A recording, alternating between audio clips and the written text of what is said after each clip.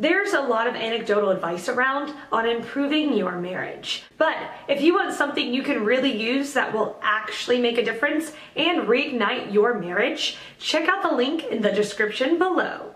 Contains marriage advice from Hugh Grant, should Han fly solo, and why Scottish barbecue always backfires. A version of this appeared in the Scottish Daily Mail on May 29, 2017. To be fair to Jilly Cooper, the Sixties hadn't really got into the swing of things when she wrote How to Stay Married.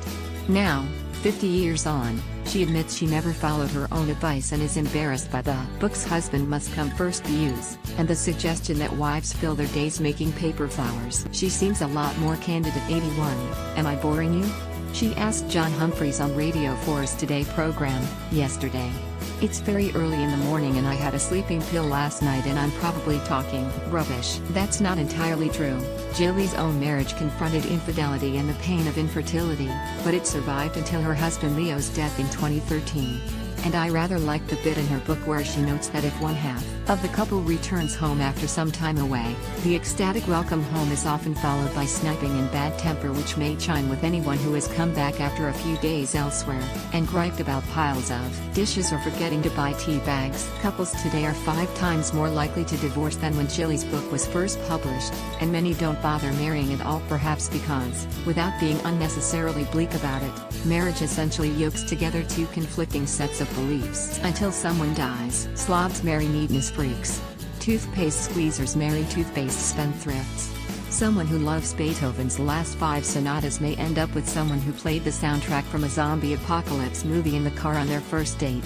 This is the sound of zombies clambering onto a boat when everyone is asleep. I think we all knew Madonna's marriage was doomed when she gave an interview saying that, unlike Pubby Mockney Guy Ritchie, she followed a rigidly macrobiotic diet and didn't watch TV. If only she and Guy had spent more evenings on the sofa watching Bake Off Creme de la Creme and Handmaid's Tale while working their way through a bag of Mackey's salt and vinegar crisps, they could have reignited the spark. It seems to me that the basic rules for a successful marriage are loyalty, gratitude and compromise, but I'm unmarried, so hardly an expert. However, by her own admission, neither is Jilly. Fortunately, we have the University of Rochester. According to Professor Ronald Brogg, watching rom-coms can dramatically reduce your chances of divorce. He may have a point, although this should mean that Hugh Grant, who has finally tied the knot, after what seems like some complicated and exhausting research into fatherhood, will have the best marriage ever. So let's see what Hugh's rom-coms can teach us about marriage.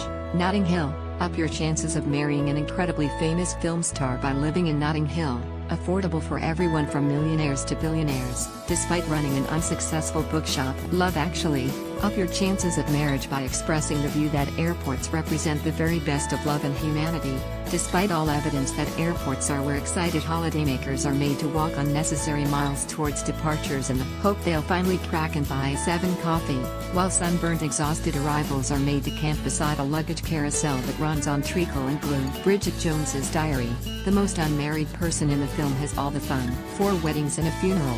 Whatever you do, don't get married. There's plenty to mull over in the SNP's Growth Commission report, not least its enormous regard for New Zealand, name checked 99 times.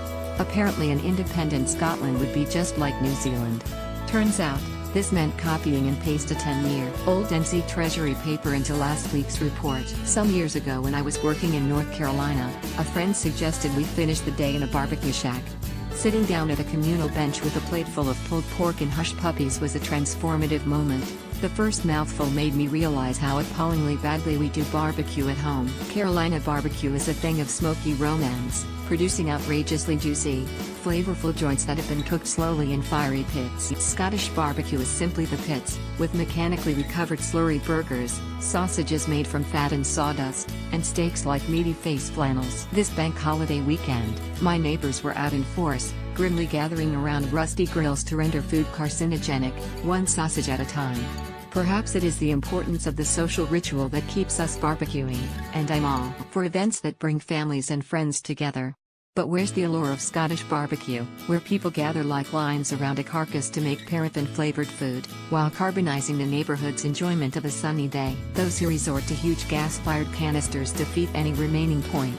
If open-air cooking is so important, why not get an extension lead and drag the microwave out onto the patio? Have your friends round by all means.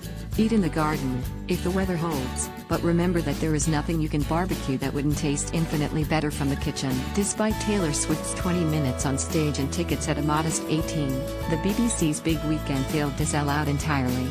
The Radio 3 lineup failed to beguile audiences at the Scone Palace venue, although some of us were also underwhelmed by Radio 2's lineup of dad rockers Simple Minds, The Knit and Pearl of Emile Sandé, plus a veritable who's that of small rock names. If only someone with a feel for local music tastes could have lassoed Scott's favorites, Sparks.